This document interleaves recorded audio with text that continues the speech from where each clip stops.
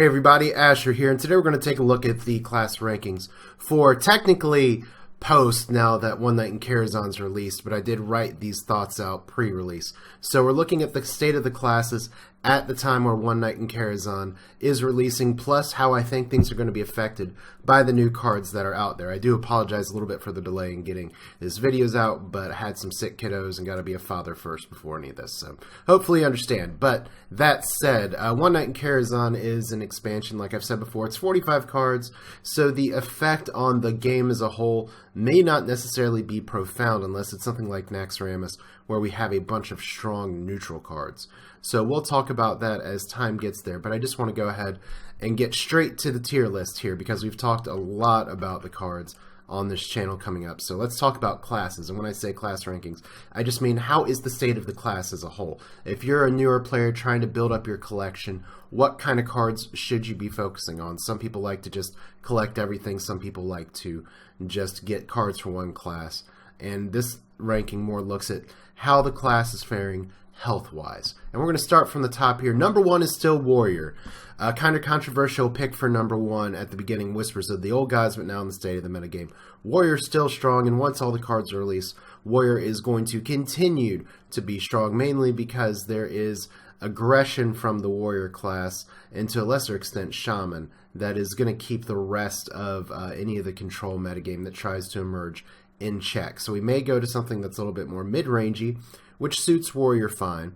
And Warrior is kind of one of those classes that has a bunch of cards that can really make it a Swiss Army knife. Ravage and Ghoul with the MVP from the last set.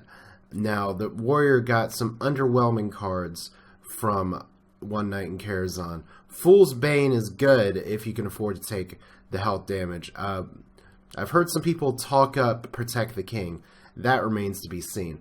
But Warrior is still just strong enough where nobody got enough to supplant it, so it's still there. However, there is only one other class on the top tier, and it is not going to be called Warrior tier anymore. And that is Druid, making the big jump up. Now, that may not be a huge surprise to you. Blizzard has pushed really hard to the point of possibly even forcing Beast Druid into the metagame as a very strong deck with Menagerie Warden. So that is something to look out for between Menagerie Warden and the other card, Enchanted Raven. Even Moonglade Portal could see some play in a Yogg token deck if you just want to get a little bit of a heal and still summon a 6-drop. But that may not fit the curve as well. Now for Beast Druid, one thing to keep in mind is that it's probably going to end up being more of an aggressive deck, especially when you have so many low curve beasts that would just go in there. It's kind of a deck that wants to top out at turn 6. Or 6 mana with Menagerie Warden, kind of like the old Fel Reaver Druid, topped out at 6 or 5 mana with Fel Reaver, then 7 mana with Dr. Boom because everyone just played Dr. Boom. But still, Druid is in a very strong place. Beast Druid's the new hotness. Token Druid's not going away. And pretty much there could be another archetype that emerges. I think Dragon Druid has some potential this set between Barnes, even just kind of a Malagos style or shell. So be on the lookout for that too. I don't think it'll be a tier 1 deck, but I think it will be a viable deck finally. So that's the top tier, Warrior and Druid. Then we go to the middle tier, which is a little bit packed, as you will see. First on the list is Warlock, and Warlock is very much an interesting place. I do not think Discard Warlock is going to be very, very strong, but Silverware Golem and Malchezaar's Imp are going to be very strong in Zoo. So Zoo actually got some added power to it. Some people would say as if Zoo needed it. But by the end of Whispers of the Old Gods, Zoo had kind of been figured out. A lot of classes were teching against it. Reno Warlock didn't get a lot. Maybe Cho'Gall could see some play with Karazhan. I don't think Karazhan's exactly the card that this class needed. Although, the criticism for Karazhan is that it's essentially a worse stat of Force of Nature. But on the other hand, you have to ask yourself, maybe Warlock would be more willing to play Force of Nature than Druid. Who knows? But still, Warlock is in a very good place, but not a top tier place, especially because Warrior's going to crap on it, and Druid has a solid matchup against it. Next is Shaman, and Shaman is getting knocked down the totem pole here a little bit. It isn't weak by any stretch of the imagination, and this is one of the good things that Blizzard seems to be doing for all the criticism they get with some of the cards they've released in the low tiers, and that's valid criticism. But at least what they're doing from the looks of it here is giving multiple classes, multiple archetypes of decks, because once upon a time it was pretty much one class, one viable deck, kind of like vanilla World of Warcraft. But Shaman, it does have a control variant, it does have aggro, it does have mid-range, and the cards that you get, it could work out pretty well. I'm very curious to see how Spirit Claws, if it works in a spell power or even control-y style Shaman that would try and counter it from getting overrun in the early game instead of having to use board clears like Elemental Destruction inefficiently. Still, I'm not exactly sure if Bogchamp Shaman is a Tier 1 deck or if it's just more of a meta call, and it does have some good matchups with the decks that are in Tier 1, which is sometimes all you want. But once again, Shaman isn't weak, and being in the middle tier isn't necessarily bad, it's just not in the same league as the two classes that are at the top of the game. And then next on the list, and some people might be surprised that I haven't ranked so low, but let's keep in mind that this is not really low. It is Hunter. Hunter kind of in the middle of the pack of the middle tier. Now, Hunter did get some very powerful cards this set. That's true. Kindly Grandmother is going to be a little bit of a curve piece that I think mid-range Hunter was missing early on, and that may be a tick-up of strength to move it up. Cloaked Huntress, which is already out, is seeing a lot of experimentation, and I'm going to zip my lips about my observations myself and just go with what I wrote before, which is I don't think Secret Hunter is going to happen. Cloaked Huntress is a strong card in itself, but Cloaked Huntress is not going to be able to make up for the fact that Hunter Secrets are not the best. In other words, it's a very strong card. Secret Hunter just may not be a very good deck. Now, Yogg Load, on the other hand, you can live the dream sometimes. The question is going to be, is it consistent enough? Because Lock and Load refreshes your hand. It doesn't draw cards for you, and Hunter still struggles mightily with card draw. But it remains to be seen. Hunter is one of those classes that I could be very wrong about, and it could be top tier close, because Call of the Wild is that good. And a lot of these decks are just focused on surviving until the Call of the Wild turn. That's something you hear the pros often talk about. So that's where we are. Hunter, or could just be called Call of the Wild class at this point. Next on the list is Paladin, which is a big jump from the lower tiers from before. Now, this is sort of based on the fact that Dragon Paladin with some of the neutrals, it could possibly happen, especially with your new Muster for Dragons as well, which is if you have a dragon in your hand, summon a 2/3 and 1/1 tokens as well. Could Tempo or some kind of value Paladin come up? Possibly. I think Barnes is also going to be one of the most effective new additions to N'Zoth Paladin. And while I still do have concerns about Barnes being a consistent play, he's a good enough play where if you can draw that Death Rattle over the course of a number of games, it's going to work out for you more than it's not. I also think of all the classes that could have a good Curator deck, Druid's one of them, which contributed to my ranking. Of course, I didn't say it here. But also Paladin is another one, because Curator, once again, you don't have to hit all three Murloc, Dragon, and Beast. If you hit two of the three, that'll be fine. Curator is definitely going to be one of the more interesting deck building challenges in this expansion. And final slot on the tier list is Mage. Mage got some solid arena cards this set, but these rankings don't really focus on arena, and in that case, the constructed cards are underwhelming. Even Firelands Portal is a little underwhelming when you look at it, if only because it's 7 mana.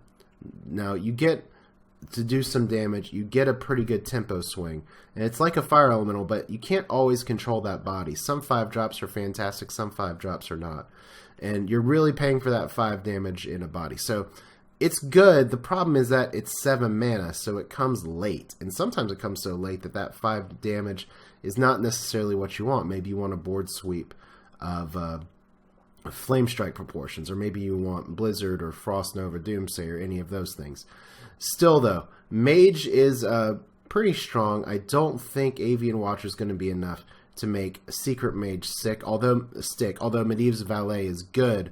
Once again, it's slow as well. I've seen some people talk about it in Freeze Mage, and that's a possibility. I'm not good enough with Freeze Mage to really give that boost there, but I think Mage is in a place where it's a solid number 2 deck where it's going to match up pretty well with some meta decks that are out there, but sometimes it's just going to get run over. And once again, if you're just relying on simply yogging and praying to get back in it, it's not always going to work out for you. And that's why it's at the bottom of the mid-tier. Once again, it's not bad, but there's some concerns about it. And then finally, we do have the uh-oh tier. And this is classes that could need some help. First on this one is Rogue.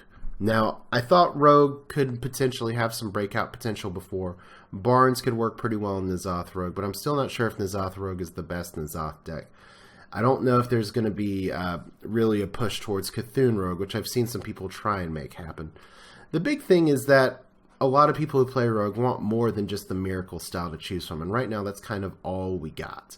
And Blizzard has introduced some cards for kind of a burgle mechanic, stealing cards from other classes, and while that's fun and interesting, I don't think it's very strong. Now, the cards are obviously not out as of the time of this writing, and the cards are actually not out yet. So it'll be interesting to see what people can come up with, and if actually stealing other people's cards is a good mechanic that makes for a strong deck. I know sometimes in Priest my thought steals can really carry the day, but that's because I'm drawing from my opponent's deck, and people don't put crappy cards in their deck. At least usually they don't. The problem with these burgle mechanics is that it's steal a random card from that class. So it's not nearly as strong as Thought Steal, and that's where I kind of draw the line. Also, Fork is just a sad card. I mean, it pretty much is just an indictment on Fiery War Axe, saying, well, I guess this 3/2 weapon should really cost 3 mana, shouldn't it? But hey, Rogue is going to be Rogue is a good class in of itself for tournaments. Rogue is very good in an environment where you can ban another class. But for standard laddering, it's tough. It's very tough. Then at the bottom of the list is Priest, as there's really no surprise. There's a reason there's such an outcry from the community for how Priest was doing, because at this rate, it's like Hearthstone is essentially 8 classes, then Priest. And a lot of people are saying, well, just give Priest a 2-drop, a 3-drop, some early game. And there's some neutral cards that could work very well in Priest. I don't necessarily think the early drops are the solution for Priest. I think what Blizzard really needs to work on doing for the next expansion is just figure out what they want to do with Priest. It's not really just a healing class. It's not a steal your other people's stuff class. It's not just anything else. I don't know if it's going to turn into the class that has, like, here's your vanilla minions that have no bonuses, but just have solid stats. Go heal them. I mean, that's entirely a possibility. Right now, the strongest Priest deck might not even be Control Priest. It might actually be combo OTK Velen. And that says a problem right there, because that combo is A, incredibly inconsistent, and B, far weaker than the Worgen OTK because of that consistency. So Priest doesn't really have the help it needs. Maybe Dragon Priest will get a little bit better with some of the neutrals. Medivh may work better in Priest than anything else, but the problem, once again, is that it's Priest. And it's just shackled right now by the fact that it has fallen behind the other classes. Because you do have Onyx Bishop, which is good, but you can't really play it on curve, because there's oftentimes you don't have anything to resurrect. Or worse, if you have 2 Onyx Bishops, you run the risk of rezzing an Onyx Bishop, which is not great. I think it's a good card, but it's not necessarily going to help Priest's holes, which is getting overrun early on and not being able to catch up. Priest of the Feast is very good in terms of healing, especially because Priests do run a lot of spells, to the fact where there is Yogg Priest as potential. However, Priest of the Feast as a card itself is shackled by the fact that Priest can't go over 30 health. So it would be a lot stronger, maybe too strong if Priest could go over 30 health.